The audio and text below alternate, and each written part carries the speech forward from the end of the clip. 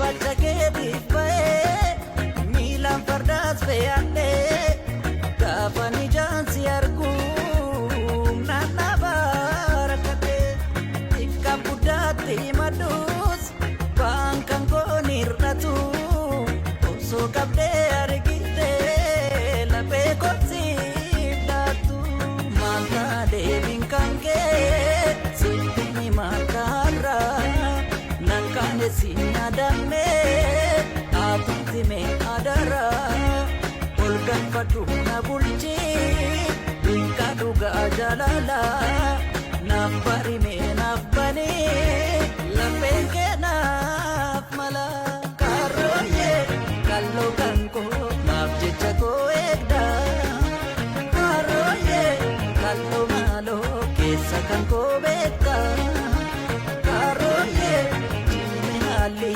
duga hugalgali karoye malli mali ulfate jalali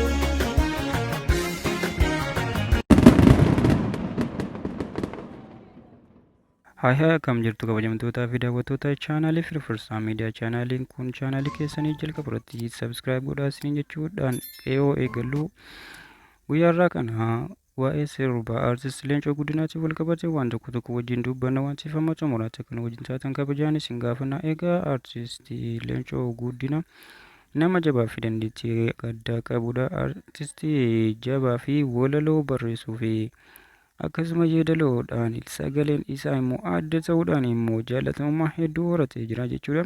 Amma dura sirboota mata dureen isaa koosin baasuu siin mararuu fi na komattaaree jedhu gurra hawaasaa biraan ga'uudhaan jaalatamummaa fi dhageettii hedduu horatee jira.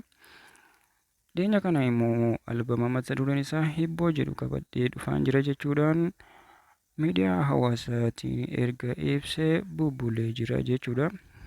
Addatti immoo guyyaa har'aa sirba mata dureen isaa kaarrolee jedhu maxxansuu isaatiin baay'ee sirbichi baay'ee nama hawwata. Akkuma jalqaba irratti daawwachuudhaaf yaalle jechuudha.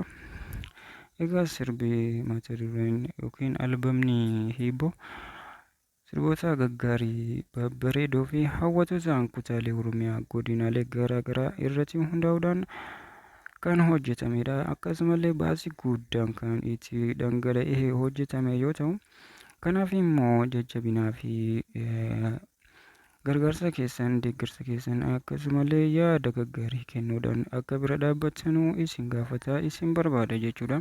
Egaa akkuma beektanu artistii jechuun qobaa isaa dhalate malee kan inni jiraatu hawaasaaf jiraata.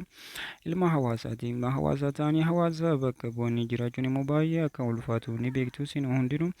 Egaa yoo isinillee jajjabeessitan innillee gama fuulduraatti artii kana guddisuu fi dandeettii isaa alatti baasuudhaan jajjabeeffame yoo jedhe aadaa fi duudhaa uummata Oromoo gama addunyaatti agarsiisuu danda'a jechuudha.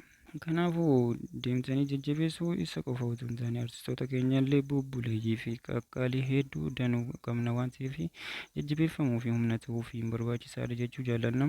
Asumaanuu kabajamtoota daawwattoota keenyaa chaanaalii keenya kanaaf haarawaa yoo taatan subscribe share akkasumallee like gochuun dagatinaa jecha. Karraafii fi immoo guyyaa sirbichi guutuun gadi dhiifame walitti deebina. Ammasittuu nagaan nu tura isin jenna. Isin jaalladha, isin kabajna, isin jaalatamtoota nagaan nu tura.